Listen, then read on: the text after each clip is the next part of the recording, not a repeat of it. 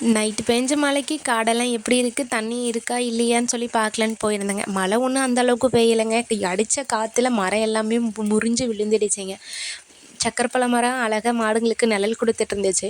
நேற்று அடித்த காற்றுல மரம் 2ஆ 3ஆ உடஞ்சி விழுந்துடுச்சுங்க. என்ன பண்ணுறது, அதோடைய ஆயுசு அவ்வளோதான் போல் அப்படின்ற மாதிரி விட்டுட்டோங்க.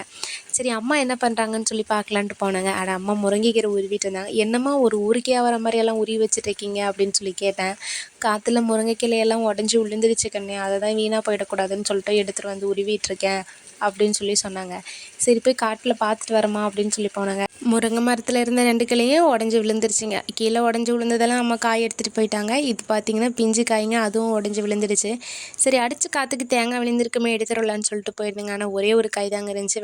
வேறு எங்கேயாவது தேங்காய் இருக்கான்னு சொல்லிட்டு பார்க்கலான்னு போயிருந்தேங்க. நேற்று பெஞ்ச மழை 1 மாதத்துக்கு முன்னாடி பெஞ்சிருந்தா எங்கள் தட்டு இந்த அளவுக்கு காஞ்சிருக்காதுங்க. அதே மாதிரி எங்கள் நெல்வயலே இந்த அளவுக்கு காஞ்சிருக்காதுங்க. கிணத்துல தண்ணி இருக்கும், பயிர் நட்டங்க. ஆனால் கடைசியில் தண்ணி பத்தாமல் போயிடுச்சுங்க. என்ன பண்ணுறது, விவசாயம் செய்ய நிலம் இருக்குது, ஆனால் தண்ணி வசதி இல்லை. தண்ணி வசதி இருக்கிறவங்களுக்கு விவசாயம் பண்ண நிலம் இருக்க மாட்டேங்குது. என்ன பண்ணுறது, எல்லாம் அவன் செயல்.